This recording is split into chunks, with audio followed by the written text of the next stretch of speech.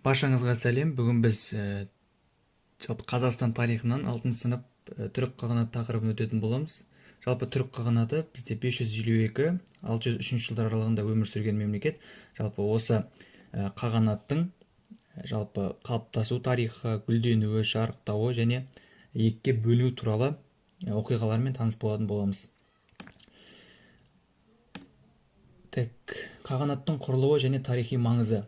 Жалпы түрік қағанаты 552 және 603 жылдар аралығында өмір сүрген ерте орта ғасырлық мемлекет болып саналады. Яғни ерте орта ғасыр бізде осы түрік қағанатының құрылуымен, яғни жалпы орта ғасыр бізде Қазақстан тарихының орта ғасыры осы түрік қағанатының құрылуымен басталады. Түрік қағанаты 6 ғасырдың ортасында құрылады, яғни 552 жылы. Түрік тайпаларының ерте феодалдық мемлекеттері жалпы қағанат деп аталған болатын. Түрік қағанаты Қазақстан жерінде ерте орта ғасырларда ірге тіккен алғашқы феодалдық мемлекеттердің бірі. Уақыт аралығы 552-603 жылдар аралығында. 603 жылы екіге бөлінеді. Қазір ол туралы айтатын боламыз. Жалпы бастап кезде аумағы бізде Алтай таулары болған болатын. Яғни қазір Қазақстанның шығыс бөлігін алып жатқан болатын. Ал бірте-бірте олардың түрік қағанатының аумағы кеңейіп Каспий теңізіне дейін жетті. Одан кейін Мұқан қағанының тұсында мынау Қара теңізден солтүстік Қытай Манчжур аймағынан осы Қара теңізге дейінгі аралыққа дейін қамтыған болатын. Ал бастап кезде жаңа айтып отырғанымыздай шығысында Алтайдан, сосын батысында Каспий теңізі аралығын мекендеген болатын. Одан кейін түрік тайпаларына қатысты теле дейтін ұғым бар. Теле дегеніміз ол түркі тілдес тайпалардың ортақ атауы. Түрік қағанатының құрамына жалпы 30-дан аса теле тайпасы енген болатын, 30-дан аса. Олардың қатарына қырғыз, оғыз, ұйғыр, дулу, үйсін, қарлұқ деген сияқты тағы басқа бүкіл түрік тайпалары енген болатын, жаңа теле дейтін ұғымның астына. Ал Қытай деректерінде түрік этнонимі 542 жылдан бастап кездеседі. Яғни ең алғаш рет түрік атауы, яғни Тутсю деп кездеседі Қытай деректерінде осы 542 жылдан бастап. Одан кейін бізде түріктерге қатысты жужан ұғымы бар. Жалпы жужандар дегеніміз ол бастапқы кезде түрік қағанатының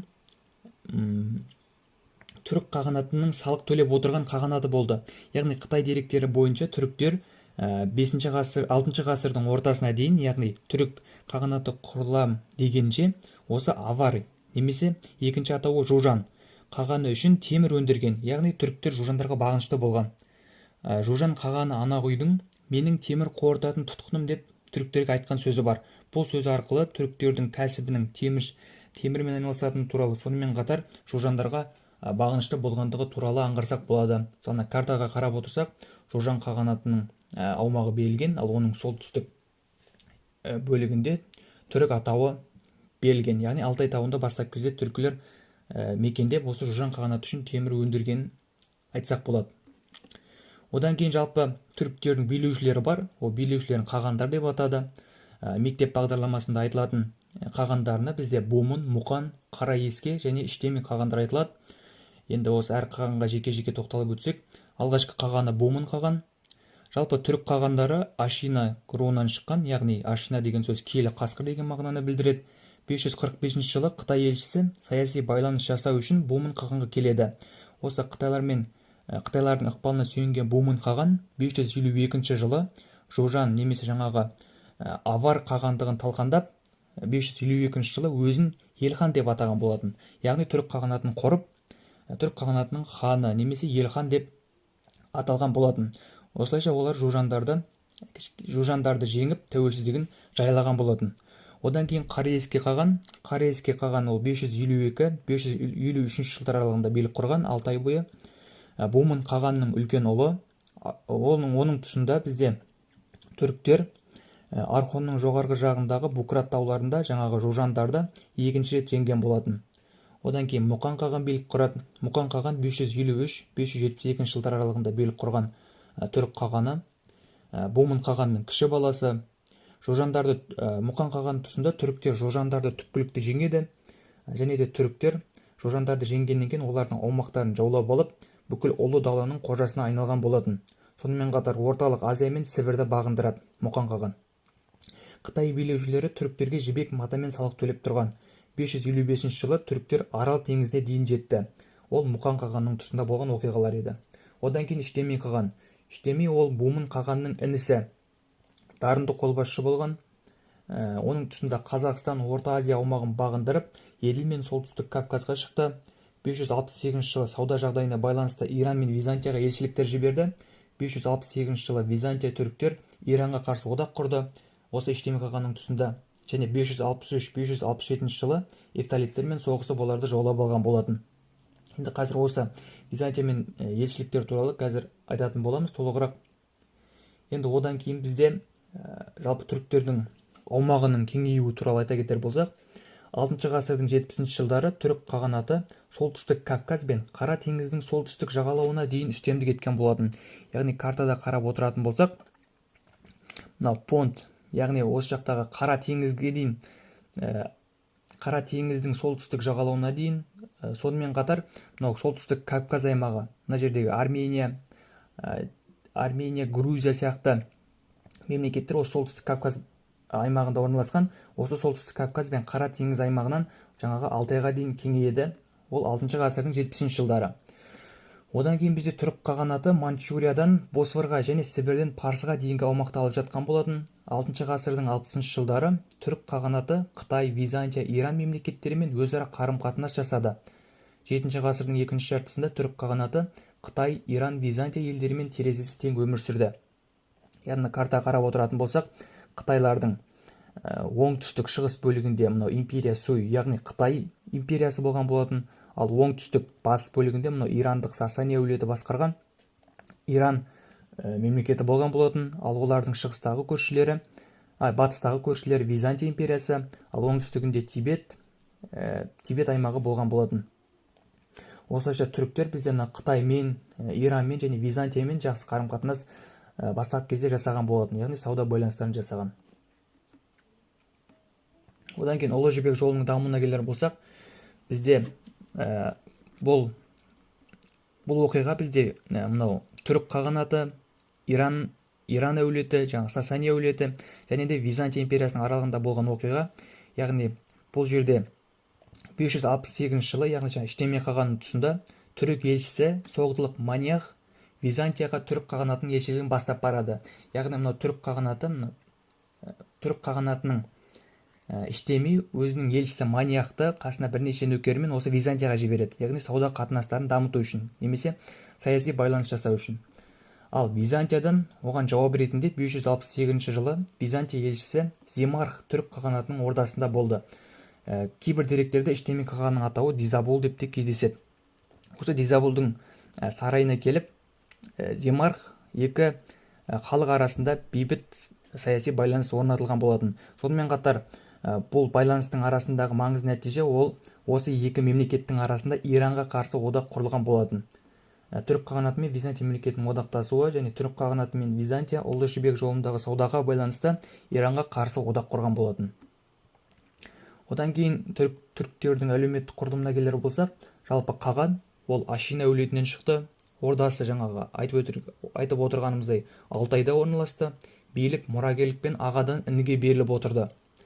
Одан кейінгі Ябу шаттар, олар әскери және азаматтық қызметтерді басқаратын шенеуніктер аппараты. Одан кейін тегіндер, мемлекетті басқаратын қағанның бауырлары. Бодундар, олар бізде қарапайым халық атауы. Одан кейін жалпы түріктер туралы деректерге келер болсақ, негізі түріктер туралы өте тарихи деректер және тарихнамалық зерттеулер өте көп жазылған. Оның мектеп бағдарламасында айтылатын негізгі деректер ол бізде Махмуд Қашқаридің дерегі болып табылады. Махмуд Қашқаридің Диуани лұғат ат-түрк, яғни түрік тілдерінің сөздігі дейтін кітабы бар. Сол кітапта бізде түркі тілдес халықтардың тұрмыс тіршілігі, әдет ғұрпы және тілі туралы жазған. Алғаш рет түркі халықтары және олардың орналасқан жерлері туралы дерек қалдырған. Осы кітаптың бастапқы бөлімінде осындай карта берілген. Ол бізде түрік қағанатының жалпы бүкіл жаңағы орталық Азия аймағының картасы деп айтсақ болады. Одан кейін бізде Күлтегін, Тоны көкбелге ескерткіштері. Бұл ескерткіштері түріктердің жазба әдебиетіне көне ескерткіштері болып саналады. Түрік руына жазу ескерткіштері болып табылады. Сонымен қатар түріктер отбасына шапағатын тигізеді деп Умай анаға табынған. Және түріктердің ыдырауы және себептеріне келер болсақ, ең алғашқы себеп ол бізде қаған әулетінің арасында билік үшін талас тартыс басталған болатын. Сонымен қатар басқа халықтар өз тәуелсіздіктері үшін жаңағы теле тайпалары өздерінің тәуелсіздіктерін алғысы келіп, былайша айтқанда қағанатқа қарсы күрес жүргізеді. 581 жылы қағанаттың өз ішінде соғыстар басталады, ал 603 жылы түрік қағанаты батыс және шығыс қағанаттарына бөлініп кеткен болатын. Сыртқы жаудан гөрі ішкі қайшылықтар қағанатты ыдыратты. Суй Қытайы тайпалар арасына алауыздық тудырып, бірлікті бұзған болатын. 603 жылы түрік қағанаты екіге бөлінді, шығыс және батыс қағанаттары болып. Осылайша мектеп бағдарламасының оқулықтары бойынша жасалған слайдымыз аяқталды. Ал егер қосымша ақпараттар керек болса, енді жалғастырып қосымша ақпараттарды мектеп бағдарламасынан тыс айтып өтсек болады. Олардың ішінде мысалы түріктердің айтылмайтын қағандары бар. Олар бізде Тобо, Амрак, Баға Ішпара, Жағбу Баға, Тұлан, Тардуш сияқты қағандар бар түріктердің. Енді Тобо қаған келер болсақ, Тобо қаған түріктердің 4-ші қағаны болып табылады. Тобо қаған билік құрған кезде жалпы түріктер орасан зор қуат жинайды. Оның аумағының ұлғаюы көптеген реформаларды жүзеге асыру талап етті. Солардың бірі бірнеше ірі иеліктер құру және қағандықты шығыс телелер және батыс тардуштар қағандық деп екіге бөлу еді. Тобо хан Қытайды түпкілікті күйрету ниетінде еді, бірақ император сарайы түріктерге жыл сайын 100.000 метр жібек мата тағы басқа алым-салық төлеуге келісіп, яғни қытайлар салық төлеп тұрған болатын. Одан кейін бізде Амрак қаған, түріктердің 5-ші қағаны, немесе қытайша Янло, Анло деп аталады. Тобо қағанның ұлы, қайтыс боларының алдында әкесі Амрактың немере ағасы төременді таққа отырғызуды аманаттаған. Алайда Далабиян төремен Мұқан қағанның кіші жұбайынан тегі төмен дәрежелі деп саналып, Ақсүйек қауымы оны қаған болуға лайықсыз деп тапты. Шетудің Баға Ішпар қысымымен олар Амракты қаған етіп сайлады. Төремен жаңа сайланған қағанды орнынан түсіріп, тақты иеленуді көздеді. Ал оның қызметшілері қағанды көпшіліктің көзінше балағаттап, жазасыз қалып жатты. Түрік ақсүйектерінің жиынында ержүрек әрі батыл Шетуді қаған сайлауға шешім қабылданды. Төремен Апа хан деген лауазым алып, солтүстікке кетіп қалды. Шету Баға Ішпар қаған атанды. Баға Ішпара ол түріктердің 6-ші қағаны, Тобо қағанның ұлы. Ол түрік қағанатының шығыс және батысқа бөліну қарсаңындағы ең қабілетті, алғыр, батыл қағаны болған. Осы кезеңде күшейіп, әрі түркілерге қарсы қырғи қабақ саясат ұстанған Суй әулеті осы әулетке тойтарыс берді. 581 жылы өзінің одақтастары Татау қаған және Або қағандармен бірге отырып, 400 мыңдық әскермен Суй империясының астанасы Чаньаньға дейінгі жерлерді қол астына қаратты. Алайда 6 ғасырдың 80-ші жылдарының аяғында өз жақтастары арасында басталған алауыздықтардың салдарынан қағанат әлсіреп кетеді. Жағбу Баға түріктердің 7-ші қағаны, Ашина Чолохоу деген атпен кездеседі. Бумынның немересі. Ақылды, қулығы мен астыртын іс-әрекеттерге шебер адам болған ағасы Ишпар қағанның тұсында Чолохоу ресми қағанға қарсы топ ішінде болды. Яғни ағасына қарсы оппозициялық топтың құрамында болды деп айтсақ болады. Бірақ билікке Ишпар қағанның ұлы Юн ұлықтың ұсынысымен және қолдауымен келді. Чолохоу билікке келер тұста түрік қағандығының ішкі саяси жағдайы өте қиын еді. Ел ішінде тақталасы жүріп жатты. Чолохоудың қаған болып отыруы, яғни ресми қағанға қарсы топ өкілінің билікке келуі және Юн ұлықтың оны қолдауы ішкі шиеленісті біршама бәсеңдетті. Яғни қарап отыратын болсақ, түрік қағанатының ішінде екі тараптың, яғни былайша айтқанда азамат соғысы болып жатыр деп айтсақ болады. Одан кейін Тұлан қаған, түріктердің 8-ші қағаны. Юн ұлық деп Қытай деректерінде кездеседі. Баға Ішпара қағанның ұлы. 583 жылы ол төремен Апа ханға қарсы жорыққа қатысқан. Баға Ішпар қағанның қайтыс болуынан кейін түрік ақсүйектері Тұланды жаңа қаған етіп сайлады. Жаңа қаған Суй империясымен достық қарым-қатынаста болуды көздеп императорға сыйлықтар жөнелтті. Император оған 2000 жібек кесегін тарту етті. 10.000 жылқы, 20.000 қой, 500 түйе мен ірі қара сыйлады. Император түріктермен сауда қатынасын ашуға бұйрық берді. Одан кейін Тардуш. Бұл Тардуш қаған түріктердің соңғы қағаны әрі батыс түрік қағанатының алғашқы билеушісі болып саналады. Түрік қағанатының соңғы билеушісі, түрік қағанатының батыс бөлігінің билеушісі Истемидің ұлы Қарашорын түрік әкесімен бірге 555 жылы эфталиттерге қарсы соғысқа қатысқан, 556 жылы Жоңғарияны бағындырған, 558 жылы ағайындары Түрксанов пен Бөріхан иеліктерін құру үшін Еділ мен Орал өңірлеріне жорық ұйымдастырған. 576 жылы істемей қайтыс болғаннан кейін топ оқыған соғыста шыныққан Қарашораға елдің батыс бөлігіне билік жүргізуді тапсырды. Ол Тартушхан деген атпен қалғаннан кейінгі екінші адамға айналды. Яғни негізгі аты Қарашора. Одан кейін жалпы жаңа айтып өткенімізде Еуразия сауда желісінің орталығы түрік қағанаты Ұлы Жібек жолының стратегиялық тоғысын бақылап, баршадан алым жинаған болатын. Соғды саудагерлерімен тығыз одақ құрып, халықаралық сауданы жандандырды.